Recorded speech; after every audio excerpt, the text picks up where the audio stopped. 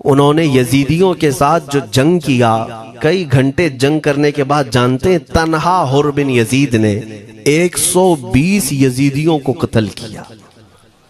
120 की तादाद, एक घोड़सवार एक ही है। इनकी हम इबादत करते थे, तो जब सफर में जाना होता था तो आटा गूंद करके खुदा बना लेते थे, क्योंकि सफर में जाना है और हर जगह उनको साथ में रखना था खुदा को। वो साहब ही कहते हैं सफर के खुदा और होते थे, हवा का अलग, पानी का अलग, मिट्टी का अलग, सब लेकर के चलते थे।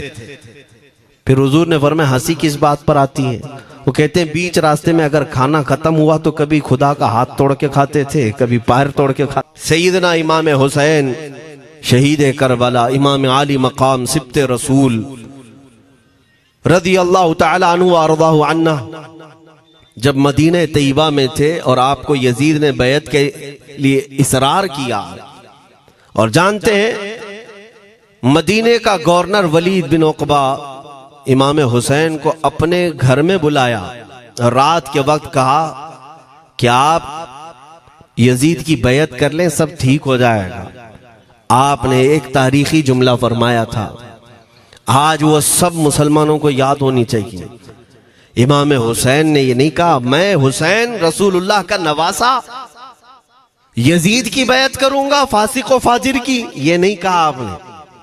तवज्जो चाहता हूं, आपने ये नहीं फरमाया, बल्कि ये फरमाया मुझ जैसा उस जैसे की बैत कैसे कर सकता है। ये क़यामत तक आने वालों के लिए मैसेज है, हुसैन जैसा कभी भी यजीद जैसे की बैत नहीं कर सकता, और ना ही वैसों की ताकत को वो मान सकता है। और अल्हम्दुलिल्लाह हमारी माओ ने बचपन से हमें हुसैन को ही सुनाया है, यजीद को नहीं। इसलिए आज अगर किसी तख्त पर यजीद बैठा हो तो हमें डर नहीं लगता इस बात का कि वो गर्दन उड़ा देगा, हमें इस बात का खौफ नहीं लगता कि फांसी पर चढ़ा देगा। हमें इस बात का यकीन है कि अगर हमारे टुकड़े भी हो जाएंगे तो इंशाअल्लाह हमारी रूहें करबला जरूर पहुंचेंगी। इमाम हुसैन के साथ क़यामत के दिन उठाए जाएंगे, हक बात करते हुए अगर दुनिया से जाएं। अजीजा ने गिरामी वकार, मैं तारीख की चंद झलकियां आपके सामने रखूंगा। मुझे हुक्म भी हुआ है, बहुत जल्दी वक्त खत्म हो जाएगा, समेटना है। मैं चंद मिसालें आपके सामने रखता हूं। ताकत किसे कहते हैं, कुव्वत किसे कहते हैं? जिम में जाकर बॉडी बनाने वाला ताकतवर है, काजू बादाम खाने वाला ताकतवर है, मुक्के मारने वाला ताकतवर है। कौन है ताकतवर? ताकत किसे कहते हैं? मेरे अजीजों, असल ताकत तो ये है कि तुम इस्तेमाल अपने हाथ पैर कुछ भी ना करो, लेकिन खलबली दूसरों में मची रहे। ये असल ताकत है, ये रब ताला की तरफ से दी हुई होती है इनाम में। वरना आप सोच सकते हैं कि हुसैन आजम के साथ जो लोग आए थे वो कुल काफिला कितना था? अलग अलग रिवायतें। इमाम हुसैन के साथ 135 लोग थे, बाज रिवायात में है 96 थे, 96 लोग थे, बाज रिवायत में 82 थे। शहीद होने वालों की तादाद 72 है। लेकिन इस बात पर अक्सर उलमा मुहद्दिसीन का ख्याल है कि 82 लोग थे, 82 लोग थे। 82 के मुकाबिल में कितने लोगों को आना चाहिए रास्ता रोकने के लिए? अगर किसी आम आदमी से भी पूछे तो डबल कर दो, ट्रिपल कर दो, 4 गुना ज्यादा कर दो। नहीं, 82 को रोकने के लिए पहले 1000 लोग आए, फिर वो 1000 के बाद 4000 प्लस आए, 5000 लोग सिर्फ 82 लोगों को रोकने के लिए आए रास्ता। फिर ये लोग 4 दिन तक रास्ता रोकते ही रहे, 5000 लोग मिलकर। 10वीं मुहर्रम होने से पहले पहले फिर तकरीबन 16000 लोग आए, यानी तकरीबन पूरे टोटल मिलाकर 22000 के करीब, 21000 समथिंग कुछ। 22000 की फौज क्या माने रखती है? किसको रोकने के लिए? 82 लोगों को। इसी से समझ में आता है असल ताकत किसे कहते हैं। ताकत इसी को कहते हैं कि उधर 3 दिन के भूखे और प्यासे हैं, उनके खीमों में साजो सामान भी नहीं, जंग के असबाब भी नहीं, और वो जंग की नीयत से भी नहीं गए। उसके बावजूद 22000 के सीनों में जो खलबली मची है, दुनिया इसी को समझ नहीं पा रही है। अगर दुनिया ये समझती है क्वांटिटी का नाम ताकत है तो हम उसको रद्द करते नहीं, क्वालिटी का नाम ताकत है। ईमान ये असल ताकत है। और एक तारीखी बात मैं आपके सामने रखता हूं, इमाम हुसैन का रास्ता रोकने के लिए सबसे पहले यजीद की फौज से जो शख्स आया था उसको हुर बिन यजीद कहते हैं। हुर बिन यजीद रियाई 1000 का लश्कर लेकर के ये इमाम हुसैन का रास्ता रोकने आए।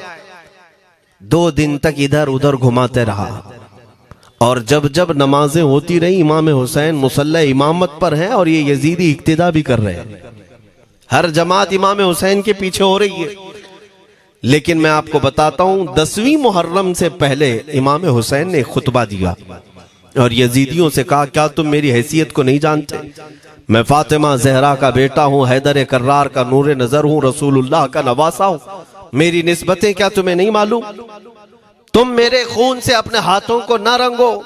मैं तुम्हारे पास ऑप्शन रखता हूं, मैं इस रास्ते से अपने वापस मदीने की तरफ जाता हूं या किसी साहिल की तरफ या दिमश्क जाऊंगा। जंग करना नहीं चाहता तुमसे। ये 3 ऑप्शन जब इमाम हुसैन ने रखा तो यजीदियों ने एक को भी कबूल नहीं किया। वो जंग करना ही चाहते थे, इमाम हुसैन के खून के साथ खेलना ही चाहते थे। लेकिन जो हुर बिन यजीद है, तवज्जो चाहता हूं, जो खुद इमाम हुसैन का रास्ता रोकने के लिए आया, उसके दिल में ये बात आई और उसने आकर के 10वीं मुहर्रम को यजीदियों से कहा, मियां मान लो हुसैन की बात, 3 में से कोई एक बात मान लो, हम जंग नहीं करना चाहते, वो रसूलुल्लाह के बेटे ही तो हैं। तो सारे जो सिपह सालार बड़े बड़े थे, अम्र बिन साद, शिमर वगैरह, हुर बिन यजीद से कहने लगे, तुझे कौन कहता है फैसला करने के लिए? तू सिपाही है। 1000 की नफरी तेरे साथ दी गई है, बस अगर तुझे हमारे साथ रहना है तो मैदान में जमा रह, वरना चला जा।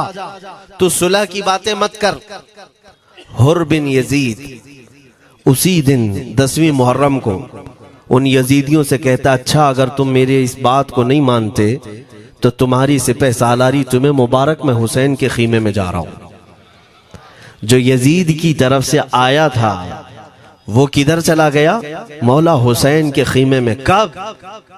सिर्फ 10वीं मुहर्रम, एक रिवायत में 9वीं मुहर्रम को, एक दिन पहले इमाम हुसैन के खीमे में आया, दस्तबोसी की, माफी मांगी और इमाम हुसैन ने कहा, अब तुम जा सकते हो अपने घर। हुर बिन यजीद ने कहा, मैं उस वक्त तक अब आपका साथ नहीं छोड़ूंगा जब तक मेरे जिस्म में आखिरी सांस बाकी रहे, मैं आपके साथ रहूंगा। अब इमाम हुसैन की वफादारी में आने वाला कौन था? इसलिए मैं आपको एक चीज दे जाता हूं मेरे अजीजों, अल्लाह अज़्ज़ वजल की कुदरत के फैसले हैं। वो जब चाहता है कहीं से भी किसी को हिदायत अता फरमाता है। वो बातिल कुव्वतों के मौजूद पलने वाला बच्चा भी कभी रब तबारक व तआला हिदायत देता है, उसे आलिम बनाता है, और कभी काबे की छांव में पलने वाले को मौला अबू जहल भी बनाता है, गुमराह कर देता है। हुर बिन यजीद मौला हुसैन के पास आ गए। जो बात मुझे कहनी है उसके लिए मुझे इतना वाकया बयान करना पड़ा है। मैं असल पॉइंट की तरफ आता हूं, क्यों मैं ये बयान कर रहा हूं।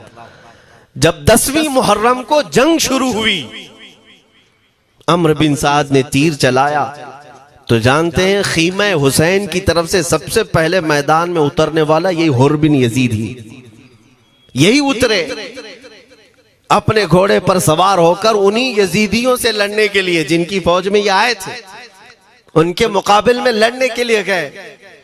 और जब लड़ने की इब्तिदा हुई, सुबह से दोपहर के करीब तक वो लड़ते रहे, जवाल तक। अब जो बात कहना है तवज्जो से सुनो। हुर बिन यजीद ने सुबह से लड़ाई की, बहुतों ने वहां पर मैदान जंग में मुकाबला आराइयां की हैं, लेकिन हुर बिन यजीद की जो लड़ाई है वो तारीख में लिखी हुई। आज उन्होंने यजीदियों के साथ जो जंग किया, कई घंटे जंग करने के बाद, जानते हैं तन्हा हुर बिन यजीद ने 120 यजीदियों को कत्ल किया। 120 की तादाद। एक घोड़सवार एक ही है, 120 को मार गिराया। उसके बाद जामे शहादत नोश किया। मैं तारीख पढ़ रहा था, वहीं पर हमने किताब को रोक दी। बहुत सारे लोग करबला के वाकयात में इमाम हुसैन के खानदान के बच्चों के शहादत तो बयान करते हैं, उनके जिस्म कट गए, उनके ऊपर घोड़े दौड़ाए गए, लेकिन तुम ये नहीं जानते कि हुसैनी शहजादों ने बातिल कुव्वतों के कैसे छक्के छुड़ाए थे। एक एक जवान ने मुकाबिल में आने वालों को उनकी औकात कैसे याद दिलाई थी। अब सुनो, हुर बिन यजीद 120 को मार गिरा सकते हैं, वो भी एक दिन पहले खीमा हुसैन में आने वाला, एक दिन पहले खीमा हुसैन में आने वाला। बात समझ में आ रही है? अभी जो एक दिन पहले खीमा हुसैन में आ जाए, उसकी ताकत का हाल ये है। जो पैदाइशी हुसैनी हो, उसकी ताकत का हाल क्या हो? मेरे अजीजों, ताकत किसे कहते ये समझो। यह और बात है कि लोगों को अपनी ही औकात मालूम नहीं, अपनी हैसियत मालूम नहीं है। होता क्या है मैं आपको बताऊं। अल्लामा अब्दुल मुस्तफा आजमी साहब ने एक बड़ी प्यारी बात लिखी है। वो गुजरात के हालात बहुत अच्छी तरह से जानते थे। आपने एक बहुत अच्छी बात लिखी जो हमारे तमाम चीजों से या आज के जमाने में ये चीज मैच होती है। एक ताजिर तिजारत करने के लिए निकला, उसके पास कुछ कीमती हीरे थे और वो हीरों की तिजारत करता था और एक चोर उसके पीछे पड़ गया। और वो चोर रोजाना वो चोरी करने के चक्कर में रहता था कि जब रात को ये ताजिर सोए तो मैं ये हीरे निकाल लूंगा। लेकिन 2-3 दिन जब जब वो ताजिर सोता था, वो पूरे हीरे चेक करता था, कहीं नहीं मिलते थे। थक गया चोर। 3 दिन के बाद उस ताजिर को उसने पूछा, चोर ने कहा कि तुम हीरे रखते कहाँ हो? दिन भर तो तुम्हारे पास होते, रात में कहाँ जाते? तो उस ताजिर ने कहा, अकल का अगर तू इस्तेमाल करता तो तुझे बात समझ में आती। रोजाना मैं तेरे ही जुब्बे में रात को ये हीरे रखकर खुद सो जाता था। वो अपना नहीं तलाश करता, इसका तलाश करता। बिला तशबीह बिला तमसील। मेरे अजीजों, तुम्हारे पास जो ताकत है तुम्हें उसका अंदाजा नहीं। तुम जो मोहब्बत मुस्तफ़ा सल्लल्लाहु अलैहि वसल्लम की शमा अपने सीने में रखते हो, मौला करीम का वादा है तुम्हारे साथ, काना हक्कन अलैना नस्रुल मोमिनीन। रब ताला फरमाता, हमने अपने ऊपर लाजिम कर लिया है कि ईमान वालों की मदद करें। और हमने मदद देखी है, रब ताला की मदद देखी है। आज के इन हालात में मुझे बताओ, भौंकने वाले भौंक ही रहे, बाकी तुम्हारा क्या बिगाड़ लिया? क्या तुम्हारा खराब किया? बस ये है कि तुम अपने अंदर खलबली मत मचाओ और ज्यादा खौफ और हिरास में मत जियो। अल्हम्दुलिल्लाह मुसलमान हैं, मोमिन हैं, किसी चोर कौम से तुम्हारा रिश्ता नहीं है। तुम दुनिया की उस अजीम कौम हो जो सिर्फ और सिर्फ अपने रब ताला के हुजूर झुकती है और अपने रब तबारक व ताला के हुजूर ऐसे झुकती है। मैं चैलेंज के साथ कहता हूं, पूरी दुनिया में कोई कम्युनिटी, कोई कौम ऐसी नहीं है जो अपने खुदा को देखने के बाद ही झुकती है। जिसकी भी जाओ, उनके खुदाओं की तस्वीर वहां पर सामने होती तभी झुकते हैं।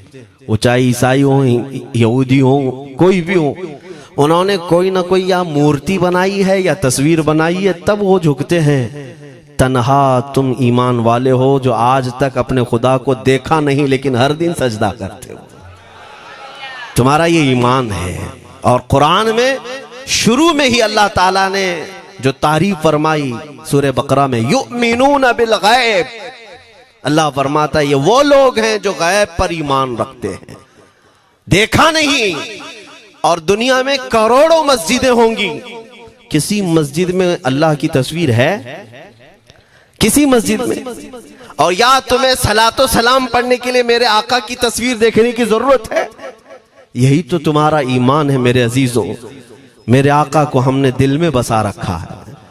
और जब हुजूर पाक की याद आई, बगैर तस्वीर देखे हम खड़े हो जाते हैं और उनकी मोहब्बत वैसी होती है, हमें किसी तस्वीर और मूरत को देखने की जरूरत भी नहीं होती।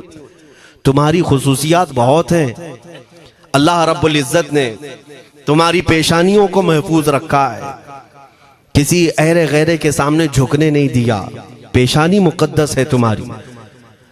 हाँ, ये तो नहीं है कि तुम किसी दरख्त पर भी चले जाओ, पत्थर पर भी चले जाओ, चूहे पर भी झुक जाओ, सांप पर भी झुक जाओ, नहीं है।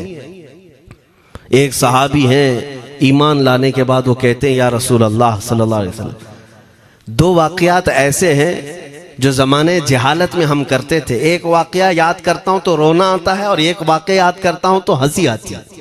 हुजूर ने फरमाया वो दोनों क्या है बताओ। उन्होंने कहा पहला वाकया तो ये है जिसको याद करके रोता हूं कि जवानी में जब हमारे घर बेटी पैदा होती थी तो हम उसका गर्दन मरोड़ कर दफन कर देते थे। आज मुझे वो बात याद आती है तो रोना आता है कि हमने ऐसे कई बच्चियों को दफन कर दिया। अरब वाले दामाद बनाना नहीं चाहते थे और बेटियों को पहले ही मार देते थे। ये वो सहाबी कहते हैं अब याद आती है बात तो रोना आता है। मेरे आका सल्लल्लाहु अलैहि वसल्लम ने फरमाया फिर हंसी किस बात पर आती है? कहते हैं जमाने जहालत में हमारे खुदा जो होते जिनकी हम इबादत करते थे, तो जब सफर में जाना होता था तो आटा गूंद करके खुदा बना लेते थे, क्योंकि सफर में जाना है और हर जगह उनको साथ में रखना था खुदा को। वो साहब कहते हैं सफर के खुदा और होते थे, हवा का अलग, पानी का अलग, मिट्टी का अलग, सब लेकर के चलते थे। फिर हुजूर ने फरमाया हंसी किस बात पर आती है? वो कहते हैं बीच रास्ते में अगर खाना खत्म हुआ तो कभी खुदा का हाथ तोड़ के खाते थे, कभी पैर तोड़ के खाते थे। अरे मेरे अजीजों, 1400 साल बाद आज जब आप हंस रहे हैं, उस सहाबी को तो इस बात पर हंसी आती होगी। मैं ये बात सिर्फ इसलिए अर्ज कर रहा हूं कि शुक्र मनाओ अल्लाह रब्बुल इज्जत का कि तुम्हें रब तबारक व तआला ने उस कौम में पैदा किया है जिसका माथा सिर्फ वहदहू ला शरीक की बारगाह में झुकती है। तुम ईमान वाले हो। और मैंने आयत यही तिलावत की खुतबे में, वला तहीनु वला तहज़नु व अंतुमुल अअलौना इन कुंतुम मुमिनीन। घबराओ मत, परेशान मत हो, तुम सबसे ज्यादा सरबुलंद रहोगे अगर तुम ईमान वाले हो। ये कुरान की आयत है। ईमान किसे कहते हैं? ईमान किसे कहते हैं? यानी अल्लाह ने फरमाया अगर तुम ईमान वाले हो तो सबसे ज्यादा कामयाब हो। अब हम पूछते हैं रसूल पाक से ईमान किसे कहते हैं? मेरे आका की जुबान से सुनो, ला युमिनु अहदुकुम हत्ता अकूना अहब्बा इलैहि मिन वालिदिही व वलदिही वन नासी अजमईन। हजरत अनस से रिवायत है, हुजूर पाक सल्लल्लाहु अलैहि वसल्लम फरमाते हैं तुम में से उस वक्त तक कोई कामिल ईमान वाला नहीं हो सकता जब तक अपने वालिदैन, अपने बच्चे, अपने और सारे इंसानों से ज्यादा मैं उसके नजदीक महबूब ना बन जाऊं। हुजूर से कामिल मोहब्बत जब तक ना करोगे तब तक ईमान भी कामिल नहीं है। खुलासा कलाम यही है कि मोहम्मद से वफा तूने तो हम तेरे हैं, ये जहां चीज है क्या लौह कलम तेरे हैं। बस इसी बात पर आपको आना है। इकबाल भी ये कहता है मैं जर्मनी गया, यूरोप का सफर किया, वहां की तरक्कियों को देखा और वो लोग बहुत आगे बढ़ रहे थे। मैं इसीलिए सफर किया कि मैं वहां तहकीक करके आऊं, देखूं, अपनी कौम को आकर के मैं बताऊं मुसलमानों को कि किस फील्ड में तुम जाओगे तो कामयाब होंगे। साइंस में, फिजिक्स में, ज्योग्राफी में, केमिस्ट्री में, मैथ्स में, कौन सी फील्ड में तुम जाओगे तो ज्यादा माहिर होगे। कई साल इकबाल ने वहां की खाक छानी, तहकीकात किया और वापस जब आया अपनी कौम की तरफ, अल्लामा इकबाल कहते हैं मैं सारी दुनिया वहां की यूरोप की छान करके आया, यही देखने गया था कि मेरी कौम किस मैदान में उतरे तो कामयाब होगी। तो लोगों ने पूछा क्या वो तुम्हें राज मिल गया? वो कहते हाँ मुझे राज मिल गया। लोगों ने पूछा किस मैदान में उतरे? तो वो इकबाल कहता है मैं तो राज को पहुंचा, अपनी कौम को बताता हूं तुम्हारी तरक्की का राज सिर्फ इतना ही है कि मोहम्मद से वफा तूने, कि मोहम्मद से वफा तूने तो हम तेरे हैं। ये जहां चीज है क्या लौह कलम तेरे हैं। सारी कामयाबी का असल राज मेरे आका से बेइंतहा मोहब्बत है।